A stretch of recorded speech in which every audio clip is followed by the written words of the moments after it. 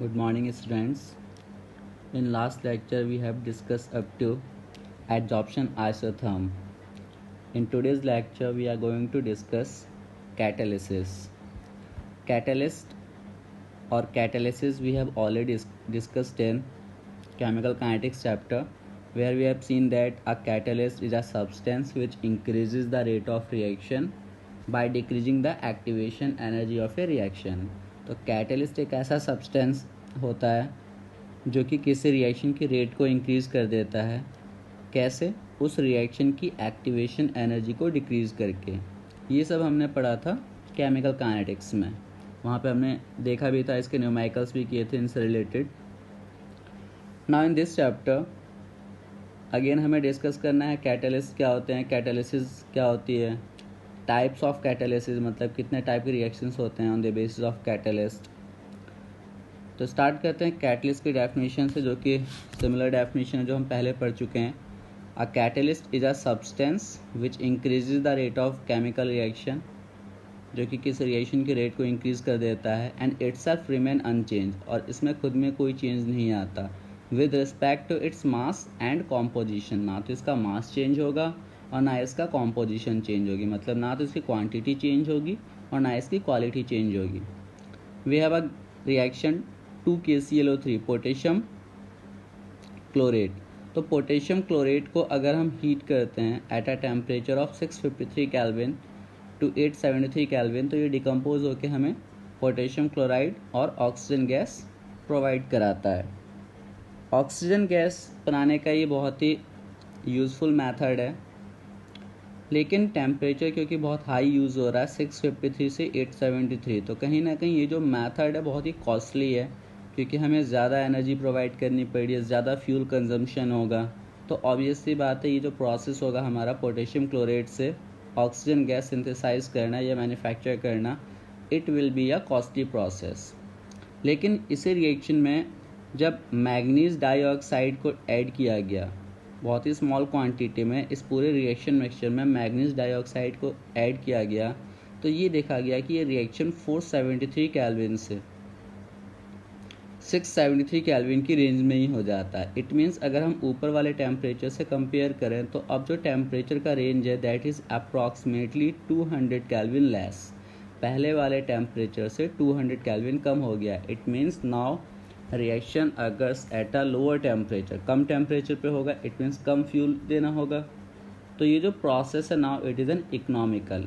Second thing, एक तो ये रिएक्शन कम टेम्परेचर पे होने लगी एंड इसकी स्पीड भी बढ़ जाएगी। तो यहाँ पे जो MnO2 है it is acting as a catalyst. तो manganese dioxide which is increasing the rate of reaction as well as it is providing the reaction at lower temperature, and here it will act as a catalyst. Now we have two terms, promoters and poison.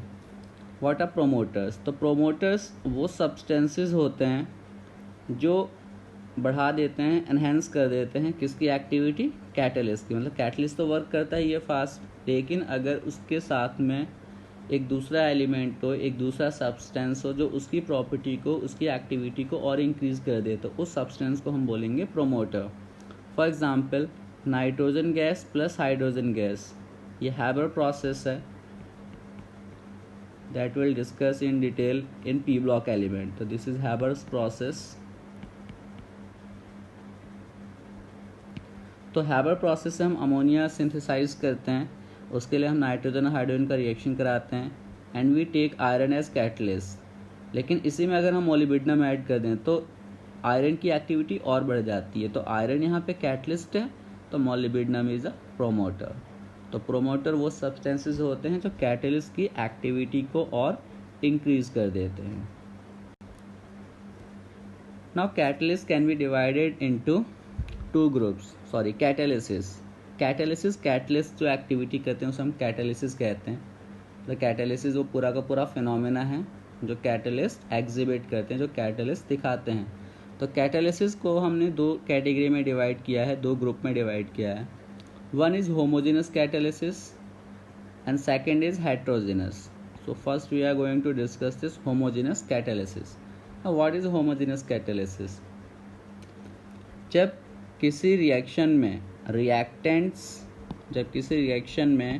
Reactants और catalyst इनका same phase हो, same phase का मतलब catalyst और reactant दोनों ही solid की phase में हो, या दोनों लिक्विड की फेज में हो, या दोनों गैस की फॉर्म में हो। तो अगर रिएक्टेंट और कैटलिस्ट दोनों का सेम फेज है तो ऐसे रिएक्शन को हम कहते हैं homogeneous catalysis. For example, sulphur dioxide gas में जब हम ऑक्सीजन ऐड करते हैं तो कैटलिस्ट यूज़ करते हैं नाइट्रोजन मोनोऑक्साइड यानी nitric oxide. Sulphur dioxide is a gas, oxygen is a gas, and even the catalyst that we are using, nitrogen monoxide और nitric oxide, again it is a gas। तो तीनों का same phase है, तीनों ही gas की form में है, तो इस रिएक्शन को हम कहेंगे होमोजीनस। होमो का मतलब ही क्या होता है? सेम। जीनस का मतलब होता है फेज। ऐसे ही अगर हमारे पास कोई एस्टर है और इसका हम हाइड्रोलिसिस करा रहे हैं तो हमें पता है कि एसिड मिलता है, कार्बोक्सिलिक एसिड और अल्कोहल। इसके लिए जो हम कैटलिस्ट यूज़ करते हैं, कोई ना कोई मिनरल एसिड यूज़ करते हैं, और मिनरल एसिड का हम एक्वा सॉल्यूशन यूज़ करते हैं। तो यहाँ पे जो मिनरल एसिड है वो लिक्विड की फॉर्म में है, और जो हमारे दोनों रिएक्टेंट्स हैं ester as well as water, दोनों ही लिक्विड की फॉर्म में है। Again it is an example of homogeneous catalyst. Next example is this is sucrose और केन शुगर। तो सुक्रोस या केन शुगर जो कि कार्बोहाइड्रेट है, अगर हम इसका हाइड्रोलिसिस कराएंगे तो we will get glucose and fructose. The catalyst we are using is again mineral acid, dilute sulphuric acid. तो यहाँ पे सुक्रोस एक्वा सॉल्यूशन लेंगे इसका लिक्विड की फॉर्म में, वाटर लिक्विड की फॉर्म में, sulphuric acid the catalyst again it is in liquid form. तो अगेन ये जो हमारे पास एक एग्जाम्पल है, ये होमोजेनस कैटालिसिस का एग्जाम्पल है। Now next is heterogeneous catalysis. Hetero, different, genus, phase। तो यहाँ पे कैटलिस्ट और रिएक्टेंट का जो फेज होगा वो डिफरेंट होगा। जैसा भी हमने ऊपर एग्जांपल पढ़ा था, SO2 में ऑक्सीजन ऐड करके हम SO3 बना सकते हैं, मतलब sulphur dioxide plus oxygen sulphur trioxide. यहाँ पर हम कैटलिस्ट यूज़ कर रहे हैं प्लैटिनम। तो प्लैटिनम जो है वो सॉलिड की फॉर्म में है, और जो दोनों रिएक्टेंट हैं ये गैस की फॉर्म में है। तो दोनों का फेज डिफरेंट हो गया, गैस का और कैटलिस्ट का और रिएक्टेंट का। तो जब डिफरेंट फेज के होंगे तो ये क्या कहलाएंगे? Heterogeneous catalysis. Haber process again it is an example of heterogeneous catalysis. Nitrogen gas, hydrogen gas, और जो कैटलिस्ट हम यूज़ करते हैं वो सॉलिड है। अमोनिया का डिकम्पोजिशन या ऑक्सीडेशन, अमोनिया में अगर हम ऑक्सीजन ऐड करते हैं तो ये निट्रिक ऑक्साइड देता है और वाटर। इसमें जो हम कैटलिस्ट यूज़ करते हैं प्लैटिनम है। अगेन ये गैस बट ये सॉलिड। वहाँ पे हमने दो डेफिनेशन लिखा था लास्ट पेज पे, प्रोमोटर एंड पॉइजन। प्रोमोटर मैंने डिस्कस कर लिया था, पॉइजन बच गया था तो वो यहाँ पे डिस्कस करते थे। देखिए पॉइजन क्या है, ये वर्ड ही बता रहा है, ये कुछ नेगेटिव काम करने वाला है।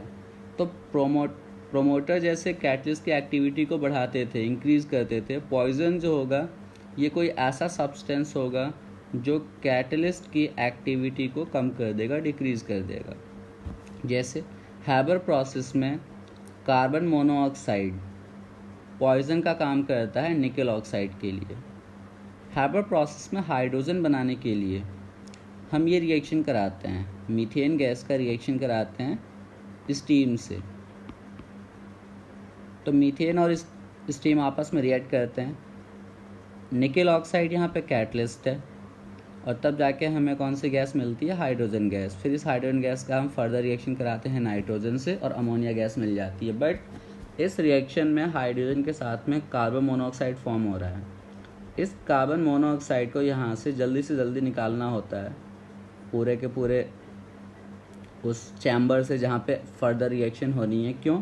ये कार्बन मोनोऑक्साइड निकल ऑक्साइड के लिए पॉइजन का काम करता है। अगर हम इसे यहाँ से नहीं हटाएंगे तो ये कार्बन मोनोऑक्साइड निकल ऑक्साइड से रिएक्ट करके कॉम्प्लेक्स बना देगा, और निकल ऑक्साइड का जो खुद का वर्क है मीथेन और वाटर के रिएक्शन का वो नहीं कर पाएगा। निकल ऑक्साइड इन दोनों के रिएक्शन को नहीं करा पाएगा। क्यों? क्योंकि निकल ऑक्साइड के साथ में कार्बन मोनोऑक्साइड एक कॉम्प्लेक्स फॉर्म कर लेगा। तो यहाँ पे carbon monoxide is acting as a poison for nickel oxide. तो पॉइजन क्या हो गया? ऐसा कोई सब्सटेंस जो कैटलिस्ट की एक्टिविटी को डिक्रीज कर देगा। प्रोमोटर क्या हो गया? ऐसा कोई सब्सटेंस जो कैटलिस्ट की एक्टिविटी को इंक्रीज कर देगा। Now we have to discuss some important features of a catalyst. और बोर्ड एग्जाम में एक्टिविटी और सिलेक्टिविटी और उसके बाद सेल्फ सिलेक्टिव कैटलिस्ट, ये कुछ डेफिनेशंस बहुत इंपॉर्टेंट है, हर साल रिपीट होते रहते हैं। तो पहले हम देखते हैं एक्टिविटी। किसी कैटलिस्ट की एक्टिविटी इस चीज़ पे डिपेंड करती है कि उसकी सरफेस पे जो रिएक्टेंट्स आ रहे हैं और उसकी सरफेस पे आने के बाद सरफेस के साथ में जब वो एड्जॉर्ब हो रहे हैं, मतलब जो केमिजॉर्प्शन का प्रोसेस है, क्योंकि जब कैटलिस्ट के सरफेस पे कोई रिएक्टेंट आता है तो उस पर एड्जॉर्ब होगा विद द हेल्प ऑफ केमिजॉर्प्शन। उस केमिजॉर्प्शन की स्ट्रेंथ कैसी है? मतलब केमिजॉर्प्शन जो होना चाहिए, मतलब रिएक्टेंट का जो एड्जॉर्प्शन होना चाहिए कैटलिस्ट के सरफेस पे, वो बहुत ज़्यादा स्ट्रांग नहीं होना चाहिए। क्यों? अगर बहुत ज़्यादा स्ट्रांग होगा तो रिएक्टेंट आपस में रिएक्ट करके प्रोडक्ट तो बना लेंगे, लेकिन वो सरफेस को छोड़ नहीं पाएंगे। क्यों? क्योंकि वो सरफेस से बहुत स्ट्रांगली अटैच हैं। इसका मतलब क्या हुआ? रिएक्टेंट प्रोडक्ट बनाने के बाद भी इमोबिलाइज हो जाएंगे। इमोबिलाइज का मतलब मूव ही नहीं कर पाएंगे। तो सरफेस को जब वो छोड़ेंगे ही नहीं तो जो कैटलिस्ट की सरफेस है वो ब्लॉक हो गई, आगे फर्दर वहाँ पे कोई रिएक्शन नहीं हो सकता। तो हमें यही देखना है कि chemisorption should not be so strong that reactants become immobilise, reactant move ही ना कर पाएँ, बट वो इतना वीक भी नहीं होना चाहिए कि रिएक्टेंट आपस में रिएक्ट ही ना कर पाएँ और उससे पहले ही वो डिज़ॉल्व हो जाएँ, मतलब उससे पहले ही वो सरफेस को छोड़कर अलग हो जाएँ। तो फिर होना क्या चाहिए? वो स्ट्रेंथ केमिजॉर्प्शन की इंटर होनी चाहिए, मतलब ना बहुत स्ट्रॉन्ग और ना बहुत वीक, इंटरमीडिएट। मतलब इतनी स्ट्रेंथ के साथ एड्जॉर्प्शन हो कि रिएक्टेंट आके एड्जॉर्ब हो, फिर रिएक्टेंट आपस में कंपाउंड फॉर्म करें, प्रोडक्ट फॉर्म करें और सरफेस को फिर छोड़ के चले जाएं। मतलब ना तो इमोबिलाइज हो और ना रिएक्शन होने से पहले वो सरफेस को छोड़ें। इंटरमीडिएट स्ट्रेंथ के साथ केमिजॉर्प्शन होना चाहिए। फॉर एग्जाम्पल, ये एग्जाम्पल हमें एज इट इज़ याद रखना है। हाइड्रोजनेशन मतलब हाइड्रोजन ऐड करना। हाइड्रोजनेशन के लिए देखा गया है कि एक्टिविटी जो होती है मेटल्स की वो इंक्रीज़ होती रहती है ग्रुप 5 से लेकर ग्रुप 11 तक। ग्रुप 5 से लेकर ग्रुप 11 की अगर हम बात करें, 5th group, 6th group, 7, 8, 9, 10, 11। 5th group में जो हमारा एलिमेंट आता है वो आता है वेनेडियम। फिर 6th ग्रुप में जो एलिमेंट है क्रोमियम, मैग्नीज, आयरन, कोबाल्ट, निकल एंड कॉपर। तो 5th ग्रुप से 11th ग्रुप तक जब हम मूव करेंगे तो ये जो एलिमेंट्स हैं इनकी कैटालिटिक प्रॉपर्टी इंक्रीज होती रहती है। मतलब 5th वाले से 6th वाला एलिमेंट अच्छा है 6th ग्रुप का, 6th ग्रुप से 7th ग्रुप का अच्छा है। तो ये एक्टिविटी इंक्रीज हो रही है 5th ग्रुप से लेके कहाँ तक, अप टू 11। लेकिन उसमें भी ये देखा गया है कि ग्रुप 7 से ग्रुप 9 तक के जो एलिमेंट्स होते हैं, ग्रुप 7 से ग्रुप 9 तक के एलिमेंट जो होते हैं इनकी एक्टिविटी मैक्सिमम होती है, ये सबसे अच्छे होते हैं। एग्जाम्पल है हमारे पास हाइड्रोजन और ऑक्सीजन। हमें पता है कि हाइड्रोजन और ऑक्सीजन जो गैसेज हैं आपस में रिएक्ट नहीं कर सकती विदाउट सम स्टिमुलस। तो हाइड्रोजन और ऑक्सीजन आपस में रिएक्ट नहीं कर सकते, लेकिन हाइड्रोजन और ऑक्सीजन आपस में रिएक्ट करके H2O फॉर्म कर लेंगे किसकी प्रेजेंस में? प्लैटिनम। तो प्लैटिनम की इतनी ज़्यादा एक्टिविटी होती है कि ये हाइड्रोजन और ऑक्सीजन को आपस में कंबाइन करके क्या फॉर्म करा सकता है? Water. Now next is selectivity. Selective होने का मतलब होता है कि एक कैटलिस्ट एक ही टाइप का रिएक्शन कराएगा, या फिर हम ये कह सकते हैं कि एक पर्टिकुलर रिएक्टेंट से हमें डिफरेंट प्रोडक्ट्स मिल सकते हैं कैटलिस्ट चेंज करके। तो सेलेक्टिविटी का मतलब क्या होता है? Selectivity of a catalyst is its ability to direct a reaction, किसी रिएक्शन को कराने की एबिलिटी, और उस रिएक्शन से एक पर्टिकुलर प्रोडक्ट बनाने की ही टेंडेंसी। मतलब वो एक ही प्रोडक्ट बना सकता है उस रिएक्टेंट से, कुछ और नहीं बना सकता। मान लो बनने के चांसेस बहुत सारे प्रोडक्ट्स हैं, लेकिन वो एक गिवन कैटलिस्ट सिर्फ एक ही टाइप का प्रोडक्ट बनाएगा।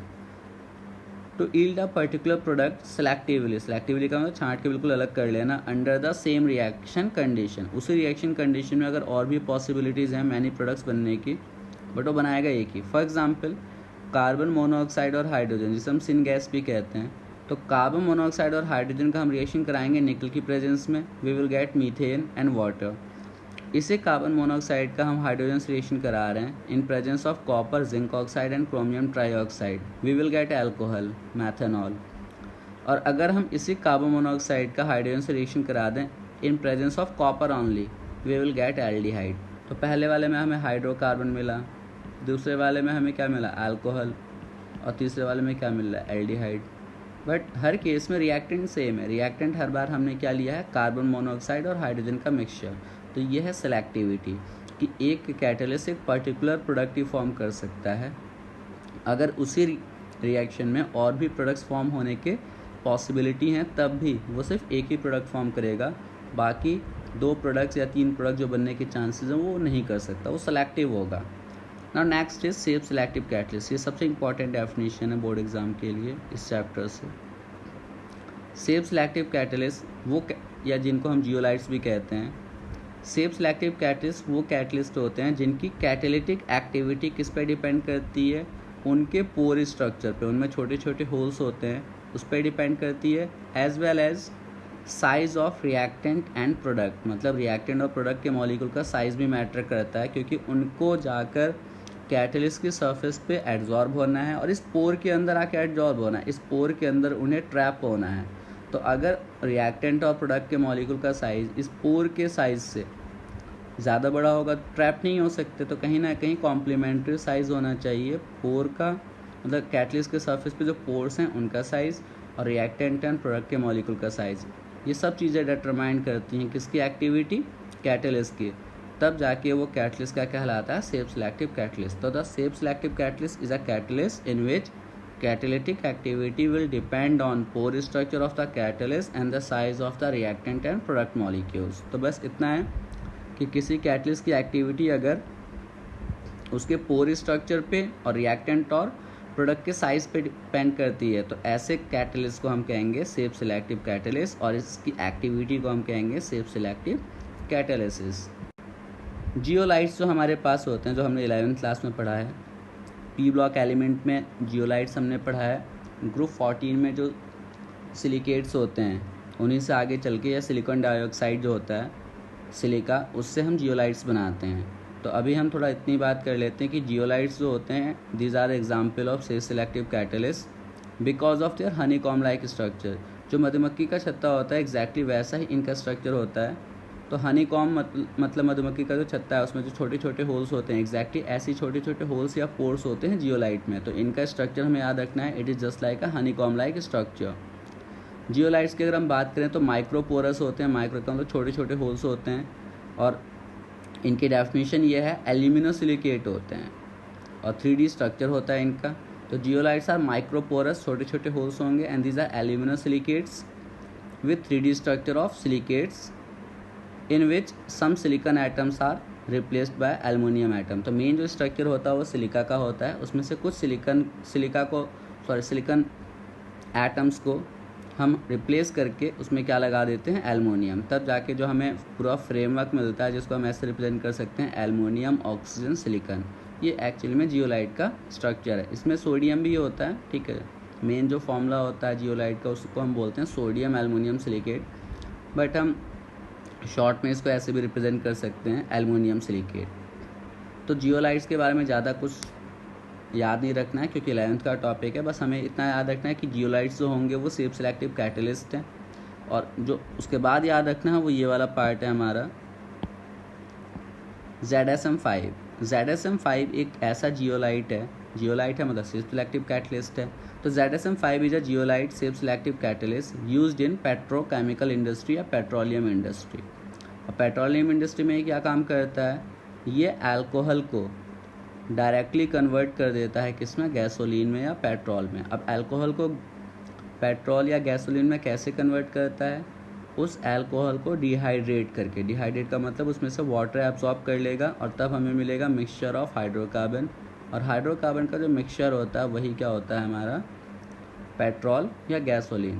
तो यहाँ से ये बहुत इंपॉर्टेंट क्वेश्चन आता है बोर्ड एग्जाम में कि एक जियोलाइट का ये एक सेल्फ सिलेक्टिव कैटलिस्ट का एग्जाम्पल दो, दैट इज ZSM5। या फिर दूसरे ऐसे क्वेश्चन आ जाता है कि write the name of a zeolite और self selective catalyst which convert alcohol into gasoline. Again answer will be ZSM5.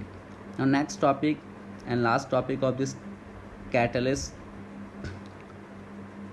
that is their mechanism, how a catalyst work. अब catalyst हमारे पास क्योंकि दो टाइप के होते हैं, होमोजेनस और हेट्रोजेनस, तो हम यहाँ पे जो डिस्कस करने जा रहे हैं वो मैकेनिज्म डिस्कस करने जा रहे हैं फॉर अ हेट्रोजेनस कैटालिसिस। तो जो थ्योरी है हमारे पास that is modern adsorption theory.